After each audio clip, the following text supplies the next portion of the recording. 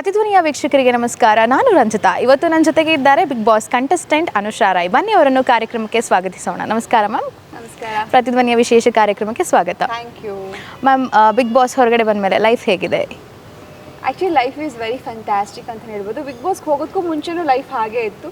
ಹೋಗಿ ಬಂದಮೇಲೆ ಇನ್ನೊಂದು ಚೂರು ಏನೋ ಒಂಥರ ಖುಷಿ ಆಗ್ತಾ ಇದೆ. ಆಚೆ ಹೋದಾಗ ನನ್ನ ತುಂಬ ಜನ ಇಷ್ಟಪಡ್ತಾ ಇರೋದು ಆ್ಯಂಡ್ ಸ್ವೀಕರಿಸ್ತಾ ಇರೋ ರೀತಿ ಆ್ಯಂಡ್ ಸೋಷಿಯಲ್ ಮೀಡಿಯಾದಲ್ಲಿ ಎಲ್ಲೇ ನೋಡೋರು ನನ್ನನ್ನು ಮನೆ ಮಗಳು, ಜನ ಮೆಚ್ಚಿದ ನಾಯಕಿ, ಈ ಥರ ಒಂದು ಕಮೆಂಟ್ಸ್ಗಳು and you are very beautiful, crush ಆಗೋದ್ರಿ ನೀವು ಅಂತ ಈ ಥರದ್ದೆಲ್ಲ ಒಂಥರ ತುಂಬ ಖುಷಿ ಆಗುತ್ತೆ ಈ ಥರ ಮಾತುಗಳು ಕೇಳಿದಾಗ. ಬಿಗ್ ಬಾಸಿಂದ ಬೇಗ ಹೊರಗಡೆ ಬಂದ್ರ ಅನ್ಸುತ್ತಾ? ಬಿಕಾಸ್ ಎಷ್ಟೋ ಜನ ಎಕ್ಸ್ಪೆಕ್ಟ್ ಮಾಡಿಲ್ಲ ನಿಮ್ಮನ್ನ.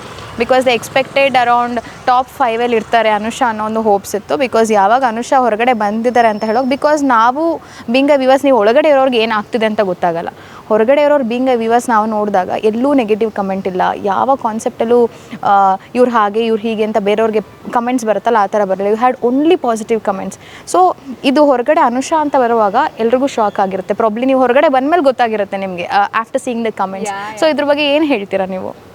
ಅದೇ ಒಳಗಡೆ ಇದ್ದಾಗ 50 ಡೇಸ್ಗೆ ನಾನು ಹೊರಗೆ ಕಳಿಸಿದಾಗ ಐ ಫೀಲ್ ರಿಯಲಿ ಬ್ಯಾಡ್.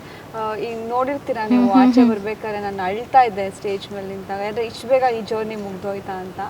ಅಲ್ಲಿ ನಿಂತಾಗ ಅಂದರೆ 50 ದಿನಕ್ಕೆ ನಾನು ಬಂದು ನಿಂತಿದ್ದೀನಿ ಅಂದರೆ ಐ ವಾಸ್ ಲೈಕ್ ನಾನು ಏನೂ ಮಾಡಿಲ್ಲ ಆ್ಯಂಡ್ ತುಂಬ ನೆಗೆಟಿವ್ ಆಗಿರ್ಬೋದಾ, ಅಥವಾ ನನ್ನ ಜನ ಇಷ್ಟಪಟ್ಟಿಲ್ವಾ, ಓಟ್ಸ್ ಹಾಕಿಲ್ವಾ, ಅದಕ್ಕೆ ನನ್ನ ಹೊರಗೆ ಕರ್ಕೊಂಡ್ಬಿಟ್ರ ಅನ್ನೋದೊಂದು ಬೇಜಾರಿತ್ತು. ಲಿಟ್ರಲಿ ನಾನು ಅದೇ ಯೋಚನೆ ಮಾಡಿದ್ದು. ಅದೇ ಜನಕ್ಕೆ ನಾನು ಇಷ್ಟ ಆಗಿಲ್ಲ, ಅದಕ್ಕೆ ಆಚೆ ಕರ್ಸ್ಕೊಂಡ್ಬಿಟ್ಟಿದ್ದಾರೆ ಅಂತ. ಬಟ್ ಆಚೆ ಬಂದ ಮೇಲೆ ನಾನು ಆ ಒಂದು ಸೋಷಿಯಲ್ ಮೀಡಿಯಾದಲ್ಲಿ ಹೇಳ್ತಾ ಇದ್ರೆ, ನನ್ನ ತಮ್ಮನೂ ಅಲ್ಲಿ ಹೇಳ್ದ, ನೀನು ಆಲ್ರೆಡಿ ಕರ್ನಾಟಕ ಮನೆ ಮಗಳು ಅಂತ ಒಪ್ಕೊಂಡ್ಬಿಟ್ಟಿದೆ, ನೀನೇನು ತಲೆ ಕೆಡ್ಸ್ಕೊಂಬೇಡ ಬಾ ಅಂತ ಸ್ಟೇಜ್ ಹತ್ರ. ಬಟ್ ಆಚೆ ಬರೋ ಒಂದು ಬಂದು ಫೋನ್ ನೋಡೋವರೆಗೂ ನಂಗೆ ಸಮಾಧಾನನೇ ಇಲ್ಲ. ಸುಮ್ಮನೆ ನನ್ನ ಸಮಾಧಾನಕ್ಕೆ ಇವ್ರು ಹೇಳ್ತಿದ್ದಾರೆ ಅಂತ.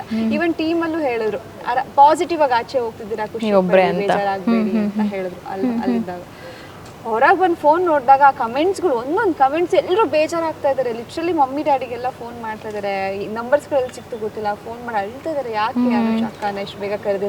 ಅಂದರೆ ಫ್ಯಾನ್ಸ್ಗಳಂದ್ರೆ ತಪ್ಪಾಗುತ್ತೆ, ನಾನು ಪ್ರೀತಿಸೋ ಜನಗಳು. ಐ ಲಿಟ್ರಲಿ ಫೆಲ್ಟ್ ಅಂದರೆ ಕಣ್ಣಲ್ಲಿ ಆನಂದ ಭಾಷ್ಪ ಅಂತಾರಲ್ಲ, ಆ ಹ್ಯಾಪಿ ಟ್ಯೂರ್ಸ್ ಅದು ಬಂತು ನನಗೆ. ಇಷ್ಟಪಟ್ಟಿದ್ದಾರೆ ಅಂತ ಅನ್ನೋದು.